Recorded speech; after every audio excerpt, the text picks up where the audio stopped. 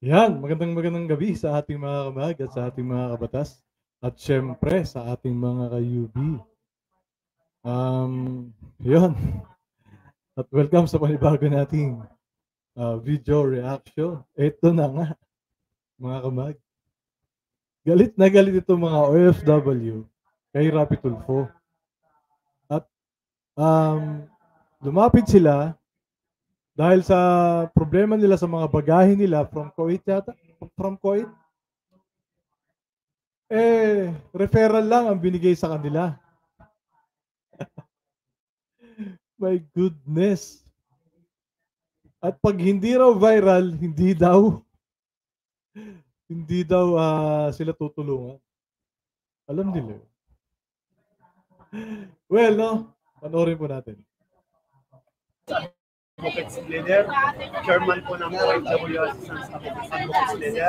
Tapos katagal ko na po pinaglalaban kong balikbayan taxes scam. Kasi I have balikbayan scam? chat box na ang bawat isa nasa... Balikbayan box scam. Balikbayan box scam. Yung parang yun yung ano eh, yung may dati yung vlogger na lalaki, yung bata. Diba? Nabili siya. Murang-mura lang niya nabili balikbayan box, tapos binilag niya. Na ikinasira ng kanyang karir. Isang daang mahigit. Pero until now, hindi pa rin nabibigyan ng solusyon yung ating balikbayan boxes. So kung saan na ako lumapit, media, ilapit na sa media. Mayroon pang iba na lumapit na kay Rapi Tulfo, nagbigay ng referral dahil sa Bureau of Customs. Ayun, Rapi Tulfo. Referral! Ang walang kakwenta-kwentang referral ni Rapi Tulfo. Akala ko ba mahal na mahal mo tong mga OFW? Di ba?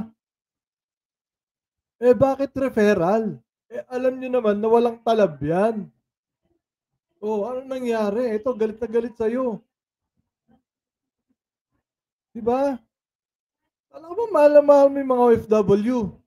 Ano nangyari? Wala pong nangyayari. So ang ginawa ko, kapag umuwi ako rito, sa akin ko lumapit, pinost ko ng pinost until now. Nakikipaglaban ako rito sa Senado na ilapit ko na kay... Ayun lang, mga Duterte followers pala to. Ayun no, maisog. Ayun lang, I'm sure anti-Marcos to. Sa ating mga senador. Well, tayo no, balance lang tayo no, mga kamag no. Hindi ako kumbaga, kung tama ang ginagawa ng presidente, okay ako doon. Pero kung mali, siyempre, hindi tayo okay doon, di ba? Well.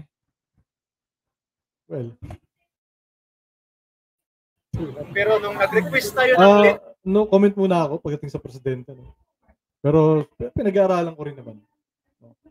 Nakikita ko naman na para sa akin lang, opinion ko lang naman. Maayos naman ang ginagawa ng presidente natin. Tumatrabaho naman. Instead na patuloy niya ng patulan itong mga ginagawa ng mga, di ba? Itong mga Duterte, nagtatrabaho naman. Ilang naman sa opinion ko lang naman yun. So kung may mga followers ako dyan na maka Duterte, sorry po. Opinion ko lang naman po yun. Pero nasa sa inyo na po yan kung mag-unfollow kayo. Ano po? Wala naman tayong problema doon. Basta po tayo, balance lang tayo rito sa MUG. Ano po? Na magkaroon ng resolution kasi gusto ko magkaroon ng investigasyon. So ito malinaw na ito ay committee ni Rapi Tulfo. Ano po? Kung binigay nila kay Lito Lapid, siguro kaya ipinasa dahil ito po ay committee talaga ni Rapi Tulfo. Tuloy. Wala pa rin investigasyon. Ang nangyari, naglabas ng resolution si Senator Lito Lapid. Nagulat na lang ako, walang nangyayaring investigasyon. Yung pala, binitiwan na ni Senator Lito Lapid. Opo, kasi po, sa pagkakaalam ko po, ang may hawak po ng committee na yan, ng OFW, ay si Rapi Tulfo. Kaya po ipinasa ni Lito Lapid kay Rapi Tulfo. Para siya po ang mag-conduct ng hearing. Which is, kung kailan po niya, siguro matagal na yan, eh hindi niya ginagawaan hindi siya kumikilos para dyan. Ano po?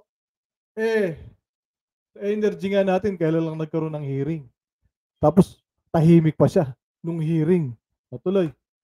Pinasa na niya sa committee ni Rapi Tulfo. Makita-kita ko nung mga nakapost sa TikTok na aliado pala ng BBM si Lito Lapid. Pero sir, yung panahon ni ano yan? Takot sila eh. Takot sila. Alam mo, ito rin, gusto kong sabihin din. Ha?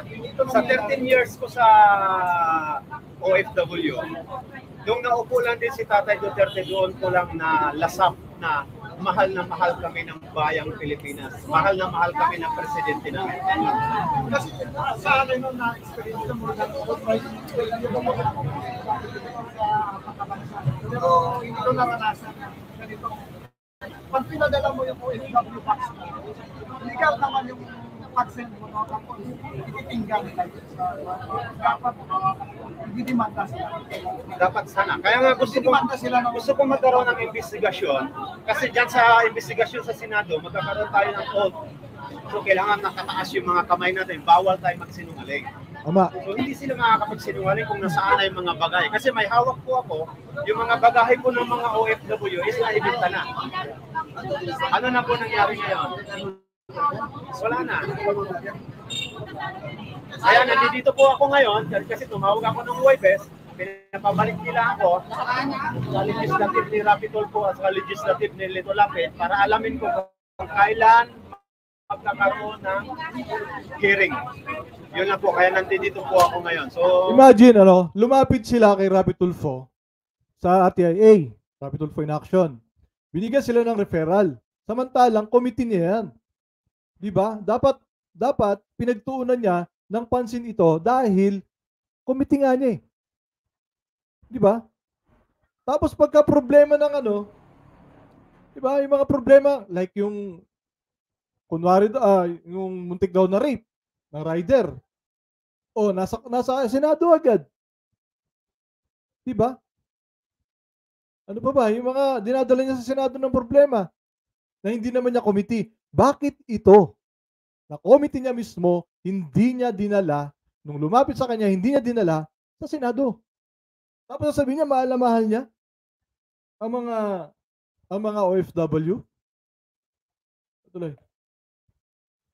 yun lang po muna sasabihin ko. At panawagan ko kay sa ating mahal na Pangulong Duterte, sana po panahon na rin ang pagkakaisa natin at mabalik po kayo sa pwesto para sa aming mga OFW.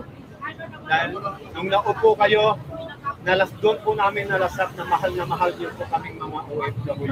Ngayon po, wala. Doon yung nararamdaman sir yung kung gaano ka makamasok si Panginoon.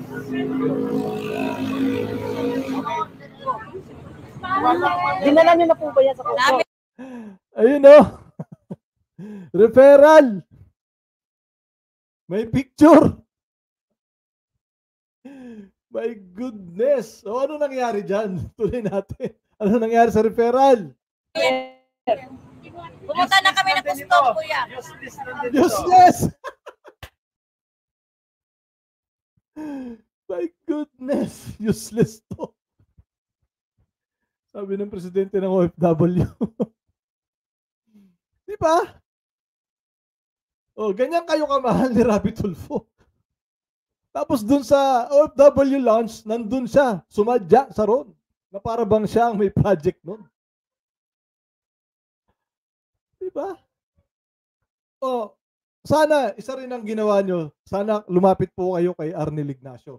Kasi pag kay Arnel Ignacio po kayo lumapit, a-actionan po yan. Na-try nyo na po kaya lumapit kay Arnel Ignacio? Kay admin? Sana po, sinubukan nyo lumapit doon. Kasi a-actionan po niya yan. Pagdating po sa OFW, talagang kumikilos po si Ako po, wala po ako masyadong kay Arnel Ignacio. Pero, recently, yung mga nakikita ko na ginagawa ni ni Arnel Ignacio. Minsan nadi-discredit pa siya dahil kay Rapi Tulfo. Diba? Accomplishment niya, nadi-discredit siya dahil sa ginagawa ni Rapi Tulfo. Tuloy. Sabi ko na sa inyo, useless lang yung referral Kung na hindi kayo viral, hindi kayo papansinin yan. Hindi kailangan. Ayun! Pag hindi kayo viral, hindi kayo papansinin yan. Siguro nanonood to ng batas natin. Nanonood to ng batas natin. Pag hindi kayo viral, hindi kayo papansinin. Patay na. Ano nangyari, Rapi Tulfo? Kailangan muna, pag viral ang issue, hindi nyo ba napapansin? Kailangan viral muna ang issue bago kayo Hindi, papansinin. kasi pangalawa na Kuya, natin mapaplas one ka. Baka makasuhan ka, kuya. Joke lang naman, kuya, no? I don't think makakasuhan ka dyan. Joke lang. may pumunta kami. Punta kami ng custom. Ano, pasa kami sa my gears ang custom. Sa my pair kami. Pinasa sa my gears. Tapos, pagdating namin, pinasa na naman kasi kami sa may sikat Paranaque. Saan yung pagsaka ng cargo. Ngayon, pasa kami dito mga pamilya namin lahat. Pinatrace namin. Trace nila yung isa kanya, na-trace at doon na ano. Kaso hindi nila ma-release yung mga kapit namin. Kasi kapag hindi daw nagbabayad yung ano ng embassy na tao, ano ng Kuwait, hindi nila i-release. Oh, wait. Nako, kaya pala hindi kayo pinansin dahil Kuwait eh. Malaki ang taso ni Rapi Tulfo sa Kuwait. Di ba po, siya yung nagpa-total ban dyan sa Kuwait? Oh. Siguro nahiya. Pero may goodness naman. OFW to. Di ba nung gusto niya total deployment ban ang ginawa niya sa Kuwait, nagalit sa kanyang Kuwait. 'Di ba? Nainis sa kanyang Kuwait. Kaya hanggang ngayon nakaban ng mga Pilipino ron. Kaya siguro referral ang binigay. My God. Milyon na daw hindi nila nakabayaran. Kaya sa kabandon lahat ng box na hindi nila makalabas. Grabe, ang dami nyo na palang Alam ko, halos isang taon na may Grabe, no? Ma'am, may itatanong ako. Pag galing sa Kuwait ba, pag pinadala yun sa cargo carrier, hindi ba qualified na yan? May insurance na yan? O, wala silang karapatan harap. Dapat i-release nila yan dahil Oo nga. Bakit? Anong sinasabing babayaran? Di ba pag pinadala yan, bayad na nung nung nagpadala? Bayad na dun sa tawag ito, sa courier. So ano yung babayaran? Baka yung courier hindi nagbabayad sa custom. Baka ganon. Di ba? yan ay magmula sa Kuwait. Bayad na lahat yan. Lumapit na sila Wala mangyayari dyan. Wala yan, hindi na hindi ka viral. Ang cargo Ang Kuwait ang di nagbabayad. Paano yun? Paano yung Kuwait ang di nagbabayad sa custom? Hindi ko alam yung kalakaran nito eh. So, alamin natin yan, alamin natin. Ito alam niyo yan. Yung kandang yan sa Kuwait na nilapit niyo sa istasyon niya. Hindi napapansin yan. Inulit pa talaga yung nanay. Paulit-ulit ka na ya. Ang laki ng galit kay Rapi Tulfo dito. Kailangan ma-read muna kayo, viral muna kayo, bago kayo mapansin. Tama po kayo, sir. Lalaki pala yun. Ngayon, pag viral na sa issue, sasakay na yan sila para marami na siyang followers. Oh my God, totoo ang sinasabi nila. Totoo ang sinasabi nila. Totoo. Kapag viral ka, saka ka lang papansinin.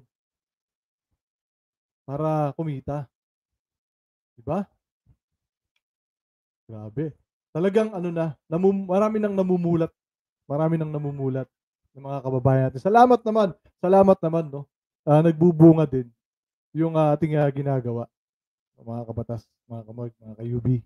Nagbubunga rin. Nakikita yan. Ibig sabihin, yun ang tatak ng tulpo. Ibig sabihin, yon ang tatak ng tulfo. Ano yon? Kailangan viral muna. Ever since talaga yan.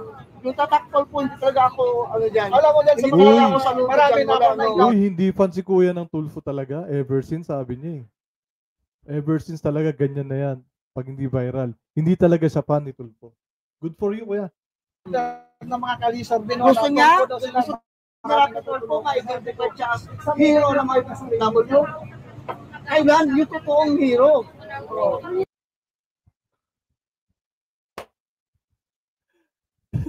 Sabi niya, ano gusto niya?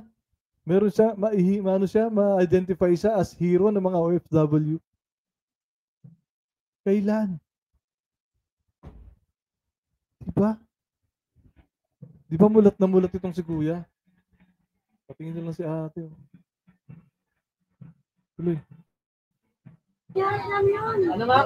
Kunyari lang yan, hindi totoo yun. Ay, sabi ni Bibemba noon, bago pa lang upo siya, huwag ninyong pahirapan ang mga anak ng OFW asikasuhin nyo. Nasaan na ngayon?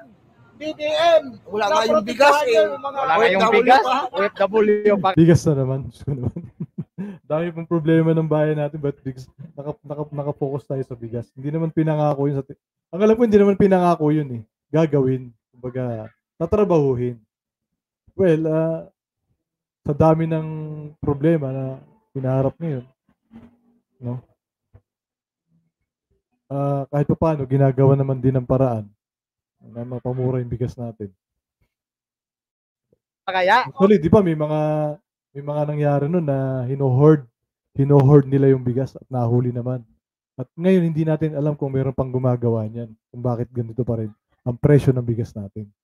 So sana, magkaroon man lang tayo ng critical thinking kahit pa paano. Consider din po natin yung mga nangyayari. Di ba? Huwag tayong maging one-sided. Well, yung opinion nyo po yan, ginagalang ko naman po yung opinion ninyo. Kaya lang, opinion ko rin po to, base lang po sa observation ko. Ano po? Atuloy. Oh, di ba? Yung pangako ni nilapitol mo na sa OFW. Wala rin kwenta. Kaya mga kababayan natin sa 2025, tandaan nyo yung kandidato ng administrasyon, huwag nyo ituto. Yun lang. Yan lang. Dahil nyo na lahat, ito po na ako nila. Lahat ng mga OFW sa buong mundo, huwag nyo iboto ang kandidato ng administrasyon. I-zero ninyo. Yan. Mani Pacquiao bumabalik ng Huwag kayong iboto. Oo, naka-BBM na ngayon. Sino mo? Si Manny Pacquiao, wala nang alam. Wala namang alam. eleksyon, panay-banat yun. Nakipagsabi niya. Wala namang alam daw sila. Actually, mas gusto ko pa nga si Manny Pacquiao kaysa kay Rapi Tulfo eh. Tutusin.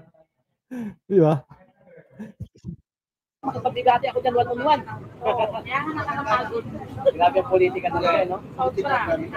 Kasi titingnan natin ako na iinis bilang sa OFW, So ilan na mga kabatas, mga ka-UB. Maiksi lang naman kasi to, no? At yun, nailabas nila yung kanilang hinaing against Rapi Tulfo and sa ating gobyerno. Ano po? Sana yung gobyerno natin sana makita ito. At sana si Rapi Tulfo makita rin niya na ito ang problema ng mga OFW na binigyan lang niya ng referral. Rapi Tulfo, what's going on, man? Ano ginagawa mo? Sabi mo, mahal na mahal mo yung mga OFW. O, pa-hero effect ka lang daw eh. O, ano? Diba? Kailangan pa ba talaga ng ganito? Kailangan pa ba talaga na may mga ganitong pangyayari bago ka kumilos? Kagaya sa energy, anong ginawa mo? Nagpa-hearing ka nga, wala ka namang kibo. O, bakit? Tatamaan yung boss? Diba? So yun lang naman mga kamagat. Siyempre huwag natin kalilimutan na minsan lang tayo mabuhay sa mundo. Gamitin po natin sa tama at sa mabuti. Maraming salamat po.